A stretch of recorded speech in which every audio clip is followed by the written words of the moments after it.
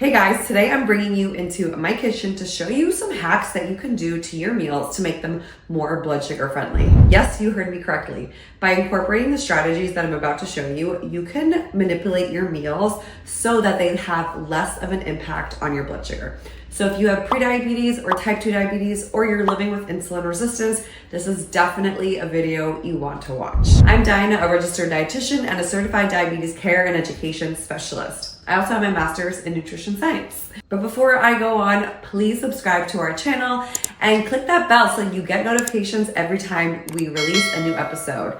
Every week we have a new video that comes out. All right, the first tip is focusing on food integrity. So focusing on foods that are less processed than more processed foods. The less processing a food goes through, the longer it's gonna take for our own bodies to digest and absorb that food. And the longer it takes for our body to digest and absorb, the slower that food is gonna enter our bloodstream. And the slower it enters our bloodstream, the less of an impact it's gonna have on our blood sugar. So this is one of my favorite examples I love to give, oats. Oats can go through so many different levels of processing. When you go to a store, you typically see rolled oats or instant oats. Sometimes you'll see steel cut oats, but rarely do you ever see oat groats. But this is the whole grain version of oats, and it takes the longest to cook. And similarly, the longer it takes to cook, the longer it takes for our body to digest and absorb it, and therefore enter our bloodstream at a much slower pace. So next up in the processing of oats, we have steel cut,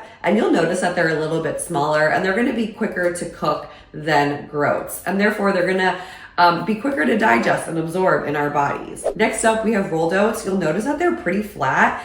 They've been really rolled out and processed more. And also similarly, our body will digest and absorb those quicker. And lastly, we have instant oats. Instant oats sometimes are often mixed with other ingredients. So it has like a double impact of raising our blood sugar very quickly. Not only is it really processed down, but it also often comes with added sugar.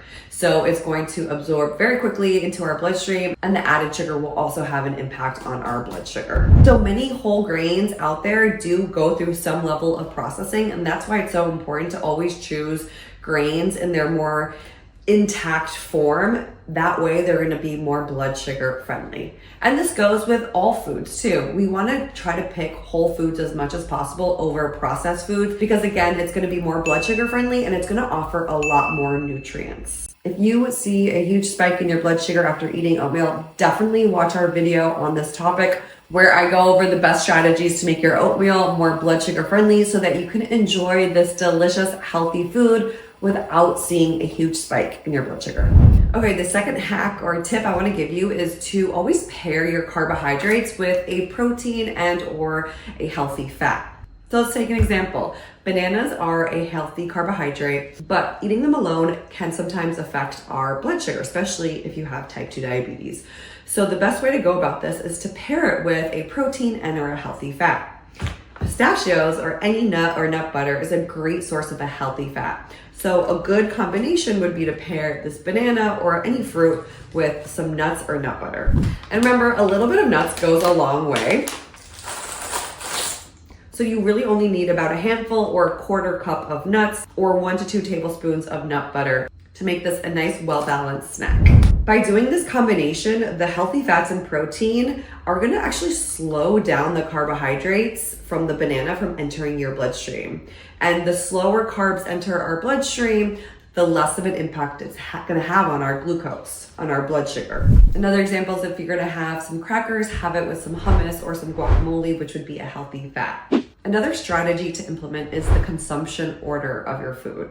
So basically what this means is eating your foods in a specific order. So starting your meal with non-starchy vegetables, so like a salad or broccoli or Brussels sprouts, then moving on to the protein, whether that's beans or tofu, or if you're having fish or chicken, and then moving on to your carb source, whether that's rice or quinoa or potatoes. Research shows that consuming it in that order is going to, once again, slow down the carbohydrates from being digested and absorbed into our bloodstream. So eating the components of your meal in that specific order will lead to a more favorable blood sugar response. However, I know eating your meals like that isn't always the most practical. Sometimes we don't want to eat it in that order. We want to just enjoy our meal, and that's totally fine.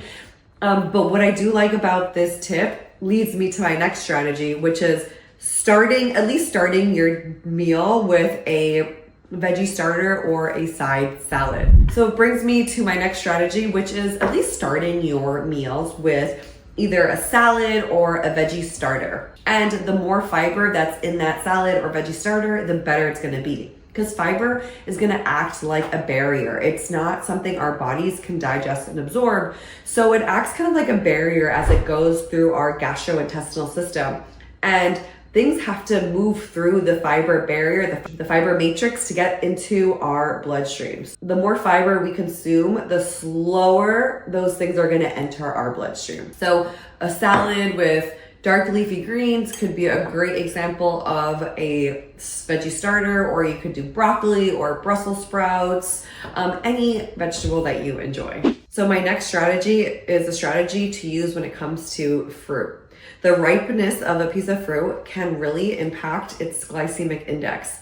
So the glycemic index is a measure of how quickly something raises our blood sugar levels. And generally speaking, the riper a fruit is, the more of an impact it's gonna have on our bloodstream. It's gonna be higher on that glycemic index. The less ripe a fruit is, the lower it's gonna be on the glycemic index, and it's gonna have less of an impact on our blood sugar. And this is largely true for this group of fruit called climacteric fruit, meaning the more underripe they are, the more resistant starch they're gonna have. And resistant starch is very similar to fiber in the sense that our bodies can't digest or absorb it. And so it also kind of acts as like a matrix for allowing other foods to get into our bloodstream. It's gonna slow down the carbs that you can digest from getting into our bloodstream.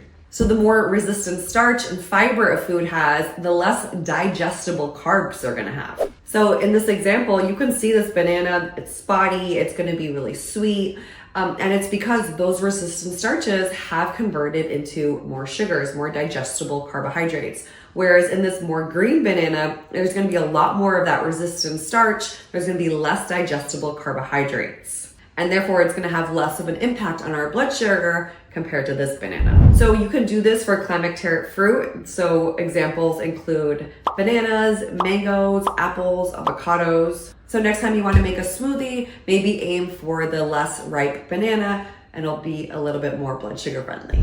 Okay, another really cool strategy is incorporating vinegar into your meals, or having it right before you eat your meal.